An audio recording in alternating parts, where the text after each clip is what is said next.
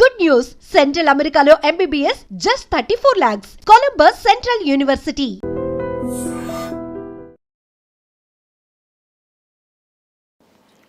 నమస్కారం గురుగారు. శ్రీమాత్రే నమః. శ్రీ గురుభ్యో నమః. గురుగారు, ఒక పదం అయితే రెగ్యులర్గా వింటుంటాం, దరిద్రం దరిద్రం అని చెప్పి. నిజంగా ఇంట్లో దారిద్ర్యం ఉంది, లేదంటే మనకు రాబోతుంది అనే ముందు సంకేతాలు కానీ, లేదంటే ఇంట్లో మన వాళ్ళ బిహేవియర్ని బట్టి కూడా కొన్ని కొన్ని అర్థమవుతుంటాయని పెద్దవాళ్ళు చెప్తుంటారు. నిజంగా అలా అర్థమవుతుందంటారా? అంటే ప్రపంచంలో ఒక్కొక్క జీవికి ఒక్కొక్క సెన్స్ ఇచ్చారు భగవంతుడు. అవును, 6th సెన్స్ ఇచ్చింది మనిషికి. నిజంగా ఒక మాట చెప్పాలంటే అవునవును, దానికి అతీంద్రమైనటువంటి శక్తులు ఉన్నాయి. కొన్ని కొన్ని జంతువులకు ఉంటాయి, ఇందాక మనం చెప్పుకున్నట్టుగా కుక్కలకి అట్లాంటి వాటికి ఉంటాయి. ఏది మంచి, ఏది చెడు, ఏది చేయాలి, ఏది చేయకూడదు, ఏం చేస్తే ఏమొస్తుంది అనేటువంటి ఒక విచక్షణ జ్ఞానం కలిగినటువంటి జీవి ప్రపంచంలో మానవ జీవి, మనిషి ఒక్కడే. దరిద్రం వస్తుందా రాదా, దరిద్రంతో బాధపడుతున్నామా లేదా, ఇవన్నీ ఏంటి అంటే మొట్టమొదటిగా స్వయంకృత అపరాధాలు, మనకు మనం చేసుకునేటువంటి తప్పులు. ముఖ్యంగా ఇప్పుడు శ్మశానంలో ఒక వ్యక్తి నివసిస్తూ ఉన్నాడు, వాడు కూడా ఆనందంగా ఉన్నాడు అంటే వాడు ఉండేటువంటి స్థలం కాదు, వాడికి ఉండేటువంటి ఆలోచన విధానం. కరెక్టే కదా. ఇప్పుడు 1000 కోట్ల రూపాయలు పెట్టి ఒక పెద్ద భవంతి కట్టించుకొని దాంట్లో ఉన్నవాడు అశాంతిగా ఉంటూ శ్మశానంలో ఉండేటువంటి కాటి కాపర మాత్రం ఆనందంగా ఉంటున్నాడు అంటే మన ఆలోచన విధానం అది. అంతే. ముఖ్యంగా మితం అమితం రెండూ ఉండాలి. ఆలోచన ఎక్కువగా ఆలోచించినా ప్రమాదమే, అసలు ఆలోచించకుండా వదిలేసినా ప్రమాదమే.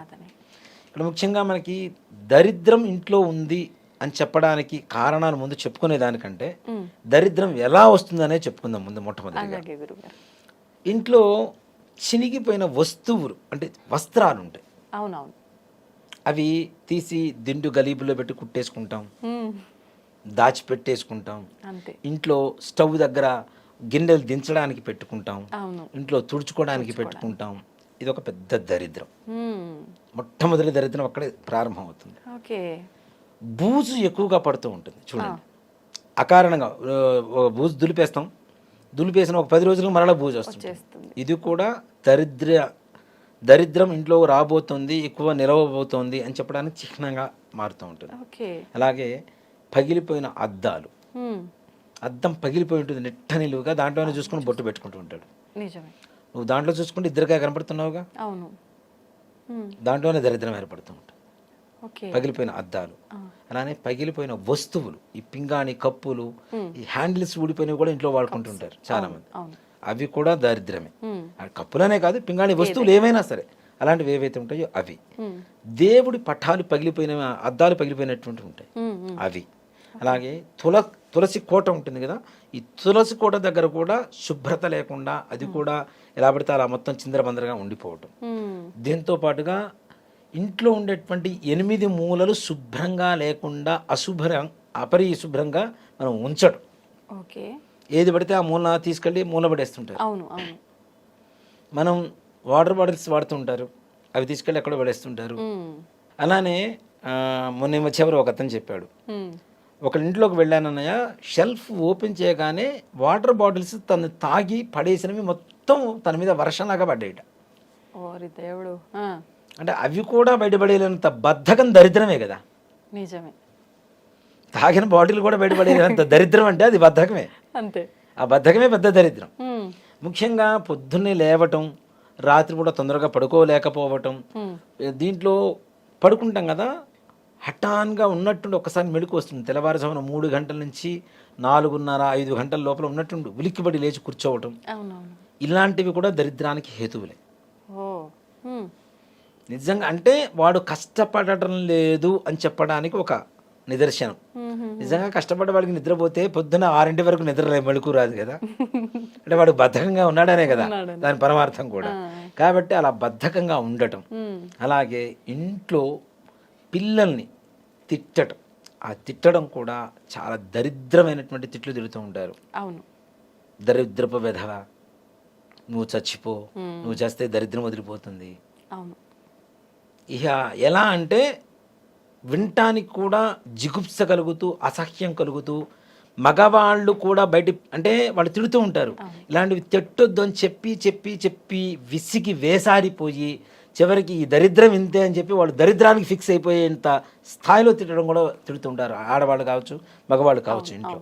అలాగే దేవుడు గదిలో ఉండేటువంటి వస్తువులు శుభ్రపరచుకోకుండా అంతే దేవుడికి ప్రతిరోజు పూజ చేస్తూ కూర్చోవడం.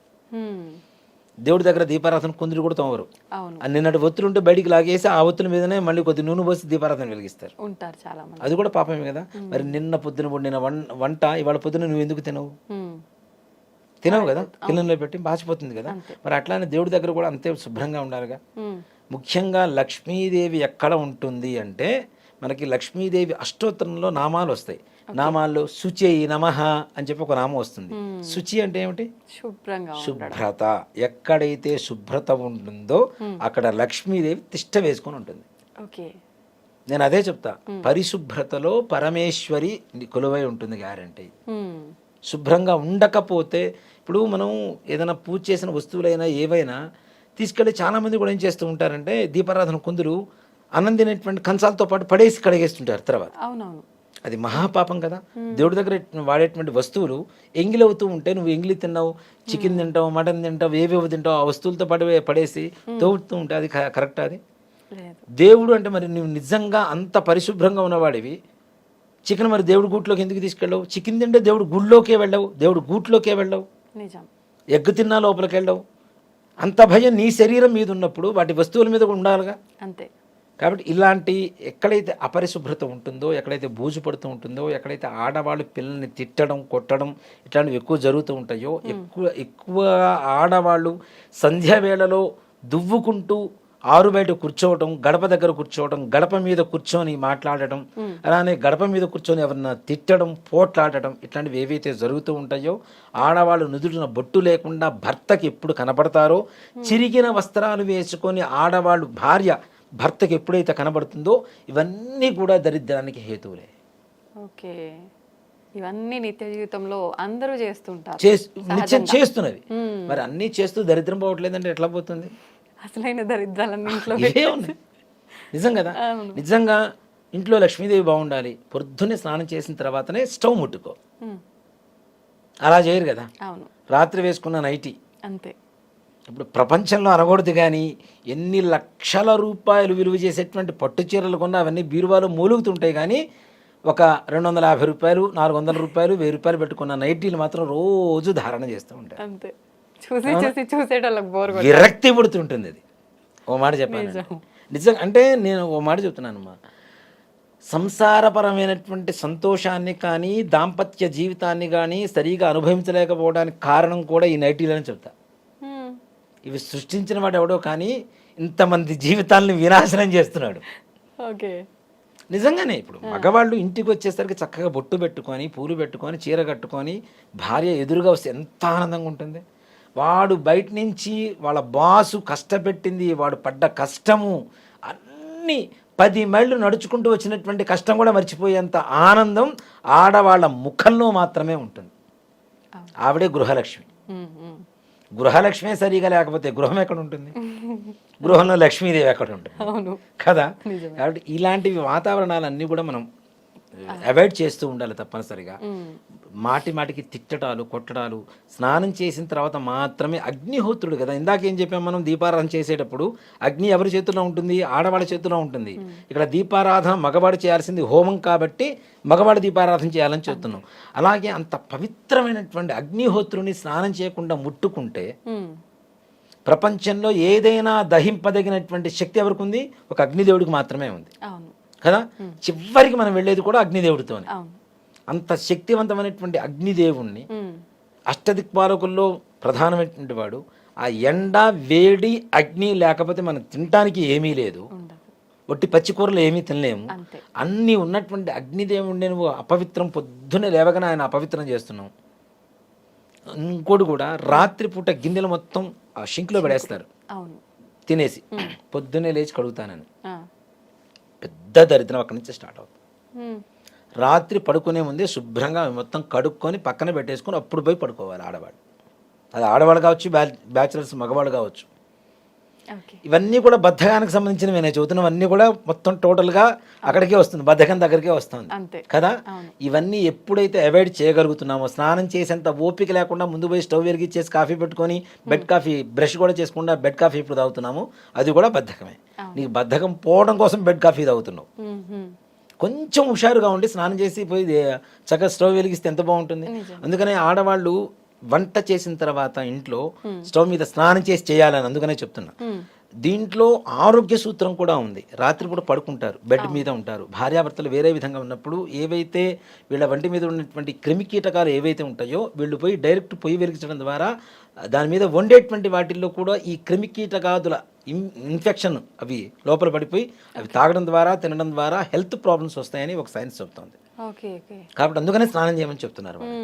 అలా కాకుండా ఇప్పుడు ఆడవాడు వంట చేసిన తర్వాత 2 మెతుకులు అన్నం వండిన తర్వాత గ్యాస్ స్టవ్ కావచ్చు, కుంపటి కావచ్చు, కట్టెల పొయ్యి కావచ్చు, 2 మెతుకులు కొద్దిగా గిన్నె మీద నెయ్యి వేయండి. ఆ నెయ్యి వేసిన భాగంలోంచి కొద్దిగా 2 మెతుకులు తీసుకొని అగ్నిదేవుడికి ఇస్తే ఆ ఇంట్లో 1,00,000 మంది వచ్చినా అన్నానికి లోటు ఉండదని ఖచ్చితంగా చెప్తా.